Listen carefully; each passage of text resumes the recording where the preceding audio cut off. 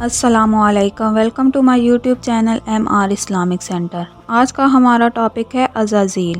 حضرت آدم علیہ السلام کی پیدائش سے قبل آسمانوں پر دو قسم کی مخلوق رہتی تھی، ایک نوری اور دوسری ناری۔ نوری مخلوق نور سے پیدا کی گئی تھی جنہیں ملائکہ یا فرشتے کہا جاتا ہے۔ یہ دن رات عبادت الہی میں مصروف رہا کرتے تھے اور ان کے یہاں نہ عورتیں ہوتی نہ ہی ان کی نسل چلتی تھی۔ دوسری مخلوق ناری یعنی جنات تھے جو آگ سے پیدا کی گئی تھی۔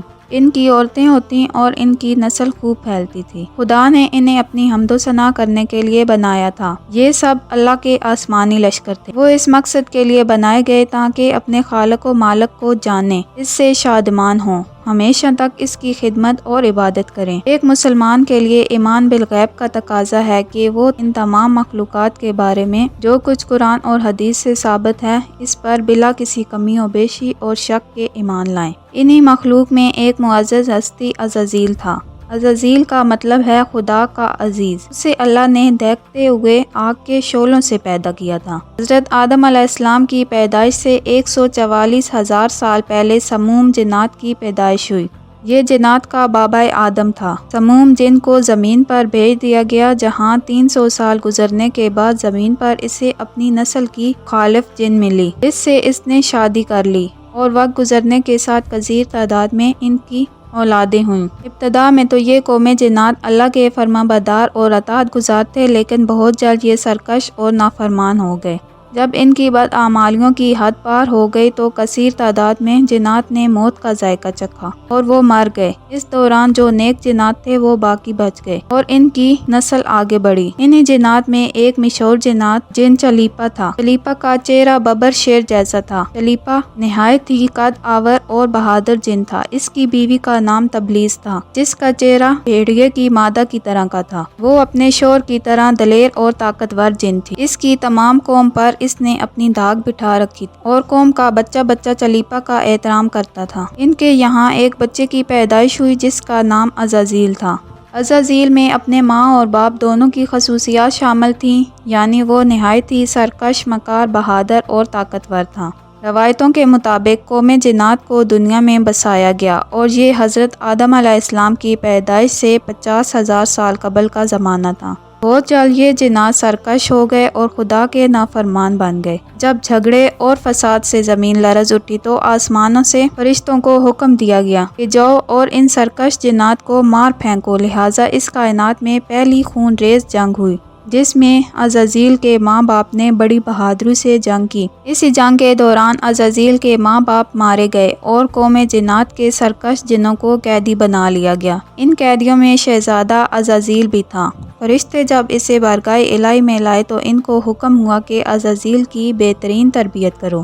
چنانچہ فرشتوں نے عزازیل کی تربیت بہترین انداز سے کی، عبادت، ریاضت کے طریقے اور آداب سکھائے۔ اس طرح وہ بہت جلد اللہ کا مقرب ترین بندہ بن گیا۔ ایک وقت ایسا آیا کہ عزازیل اللہ کا سب سے چہیتا، عبادت گزار، ریاضت کرنے والا اور زاہد بندہ بن گیا جس میں اس کا کوئی ثانی نہ تھا۔ حکمت و دانشوری میں بھی اسے کمال حاصل تھا۔ عزازیل اپنی عبادت و ریاضت کی وجہ سے اس درجے تک پہنچ چکا تھا کہ اسے فرشتوں کا معلم مقرر کر دیا گیا اور آسمان والے اسے عابد کہہ کر پکارنے لگے۔ حضرت کعب احبار رضی اللہ عنہ کا بیان ہے کہ 40,000 برس تک جنت کا خزانچی تھا، 80,000 برس تک فرشتوں کا ساتھی، 20,000 سال تک فرشتوں کو واعظ سناتا رہا۔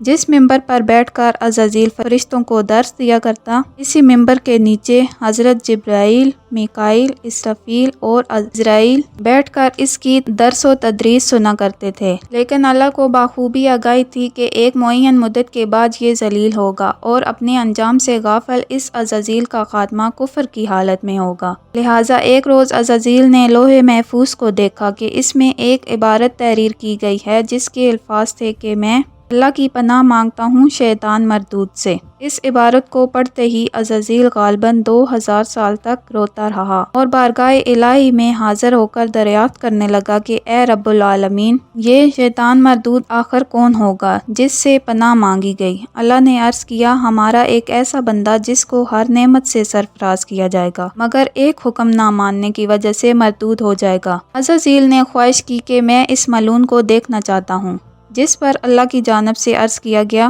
کہ تو جلد اسے دیکھے گا۔ عزازیل ہر لمحے اس سوچ میں غمگین رہتا کہ آخر وہ ملعون کون ہوگا جو خدا کا حکم ماننے سے انکار کرے گا۔ اس خوف کی وجہ سے وہ مزید عبادت اور توبہ میں مصروف رہنے لگا، یہاں تک کہ ہزاروں سال بیت گئے۔ جب ایک روز عزازیل کو معلوم ہوا کہ اللہ تعالیٰ ایک نئی مخلوق پیدا فرما رہے ہیں جس کے لیے دنیا کے ہر کونے سے مٹی لائی گئی، اللہ تبارک و تعالیٰ نے حضرت آدم کے پتلے کو اپنے دست مبارک کی قدرت سے پیدا فرمایا اور یہ بغیر روح کے 40 سال تک اسی حالت میں پڑا رہا۔ فرشتے جب اس کے پاس سے گزرتے تو گھبرا جاتے۔ ان میں سے سب سے زیادہ گھبرانے والا عزازیل تھا۔ یہ اس کے پاس سے گزرتا تو اسے مارتا، جس کی وجہ سے جسم سے ایسی آواز نکلتی جیسے کھنکھناتی ٹھیکری سے نکلتی ہے۔ اور پھر وہ دن آ گیا جس دن رب العالمین نے فرشتوں سے فرمایا کہ میں زمین پر اپنا ایک نائب بنانے لگا ہوں، وہ زمین پر میرے احکام کو نافذ کروائے گا۔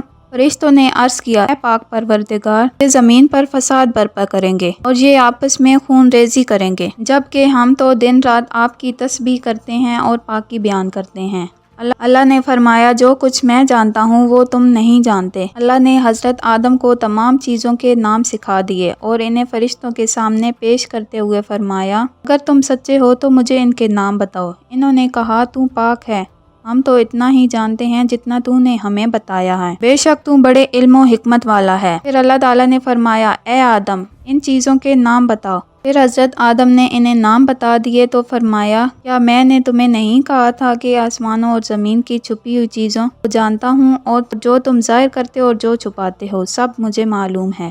پھر فرشتوں کو حکم دیا گیا کہ آدم کو سجدہ کرو، لہٰذا انہوں نے سجدہ کیا مگر عزازیل نے سجدے سے انکار کر دیا۔ اللہ نے فرمایا، تجھے سجدہ کرنے سے کس چیز نے منع کیا جبکہ میں نے تجھے حکم دیا؟ وہ کہنے لگا، میں اس سے بہتر ہوں کہ تو نے مجھے آگ سے بنایا اور اسے مٹی سے بنایا ہے، میں ایسا نہیں کہ اس مٹی کے انسان کو سجدہ کروں۔ پھر اللہ تعالیٰ نے فرمایا، اب تو یہاں سے نکل جا کیونکہ تو مردود ہو چکا ہے اور قیامت تک تجھ پر میری پھٹکار ہے۔ عزازیل نے کہا، اے میرے رب، مجھے روز محشر تک کی مہلت دے دے۔ فرمایا، جا، میں نے تجھے متعین وقت کے دن تک مہلت دے دی۔ اس نے کہا، مجھے تیری عزت کی قسم، میں ان سب کو یقیناً بہکاؤں گا، ان پر حملہ کروں گا، ان کے آگے سے بھی اور پیچھے سے بھی، اور ان کے دائیں جانب سے بھی اور بائیں جانب سے، اور آپ ان میں سے اکثر کو شکر گزار نہیں پائیں گے۔ اللہ نے فرمایا، یہاں سے ذلیل و خوار ہو کر نکل جا، ان میں سے جو شخص تیرا کہنا مانے گا میں ان سب سے جہنم کو بھر دوں گا۔ اور یوں بارگاہ خداوندی سے دھتکارے جانے کے بعد عزازیل ابلیس بن گیا۔ اپنی غرور اور تکبر کی بنا پر اس کی ہزاروں سال کی عبادت اور ریاضت ضائع ہو گئی اور اسے عرش سے فرش پر پھینک دیا گیا۔ اسلام کے علاوہ دوسری مذہبی کتابوں اور عقیدوں میں بھی ابلیس یعنی عزازیل کا ذکر ملتا ہے، اور روایتوں کے مطابق اس کی موت کا وقت حضرت اسرافیل کے پہلے اور